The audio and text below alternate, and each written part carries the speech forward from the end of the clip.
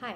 So today we are going to discuss morning slot question of 14th May exam, writing task 2. So let's begin. Question really बहुत interesting था और बहुत time से मुझे नहीं लगता कि ये क्वेश्चन मैंने डिस्कस किया है. So it was really nice and I saw something new. So अच्छा लगा.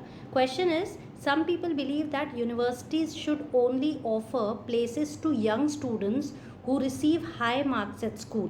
इसका मतलब है यूनिवर्सिटीज़ को एडमिशन उन्हीं बच्चों को देना चाहिए जिनके स्कूल में हाई मार्क्स आए हैं. और इसका सेकंड पार्ट भी है. सो ये तो आर्ग्यूमेंट 1 था कि उन स्टूडेंट्स को ही एडमिशन देना चाहिए जिनके हाई मार्क्स आए हैं. दूसरा आर्ग्यूमेंट कहता है नहीं, university should offer a place to any one of any age. मतलब चाहे बच्चे के मार्क्स कैसे भी आएँ, यूनिवर्सिटीज़ को उन्हें एडमिशन दे देना चाहिए, चाहे वो बच्चा किसी भी एज का हो. Okay, so this was what the second argument is. तो पहला है मार्क्स के अकॉर्डिंग जिनका हाई मार्क है उनको एडमिशन देना चाहिए.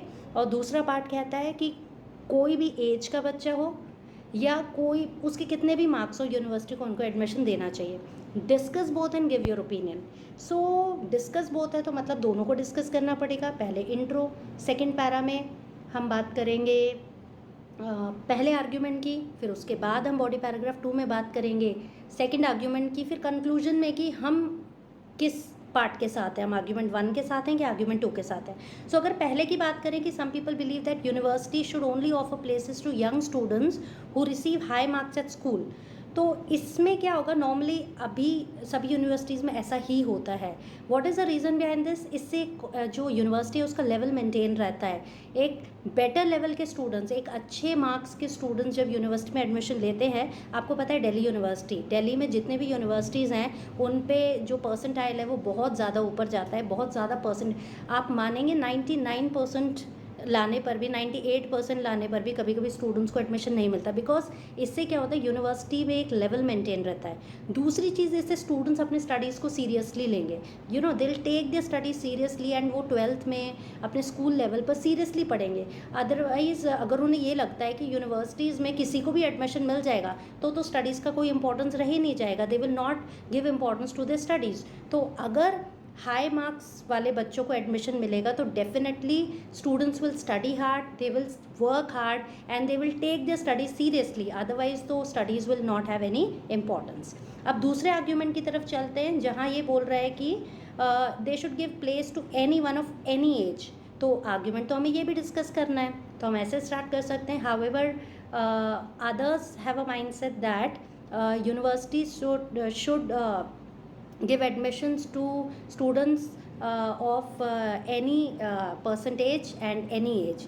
तो इसके बारे में हम ये डिस्कस कर सकते हैं. यहाँ वैसे इसके पॉजिटिव तो बहुत होंगे.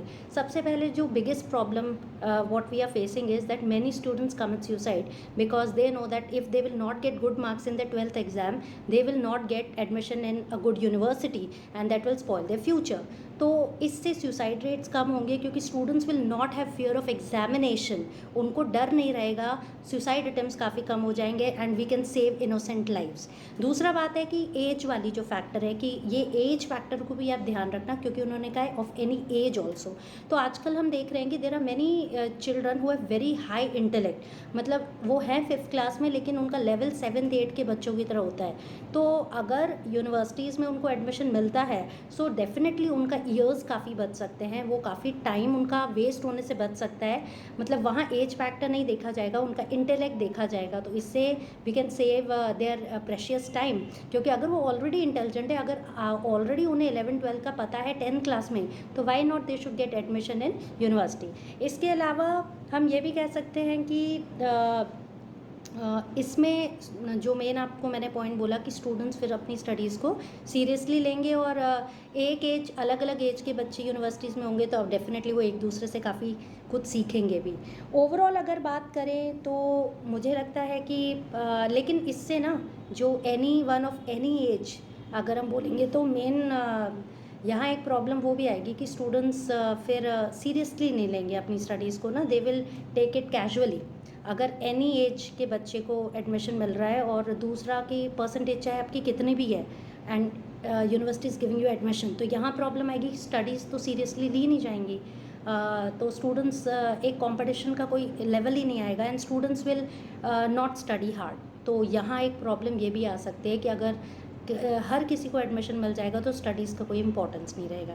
ओवरऑल अगर बात करें तो I go with the first opinion because they should offer places to young students who receive high marks because university में एक लेवल मेंटेन तो होना ही चाहिए because if they will give admission to any one then it will spoil the whole decorum of education and फिर education का importance नहीं रह जाएगा. So I go with the former statement. So I hope the views are clear to you and all the best for your exam. Discuss बहुत है तो ध्यान रखिएगा, दोनों को डिस्कस करना होता है और फिर कंक्लूजन में आपको अपना ओपिनियन देना होता है. तो ओपिनियन में आप लिख सकते हैं आई बिलीव दैट और I strongly believe that. So all the best.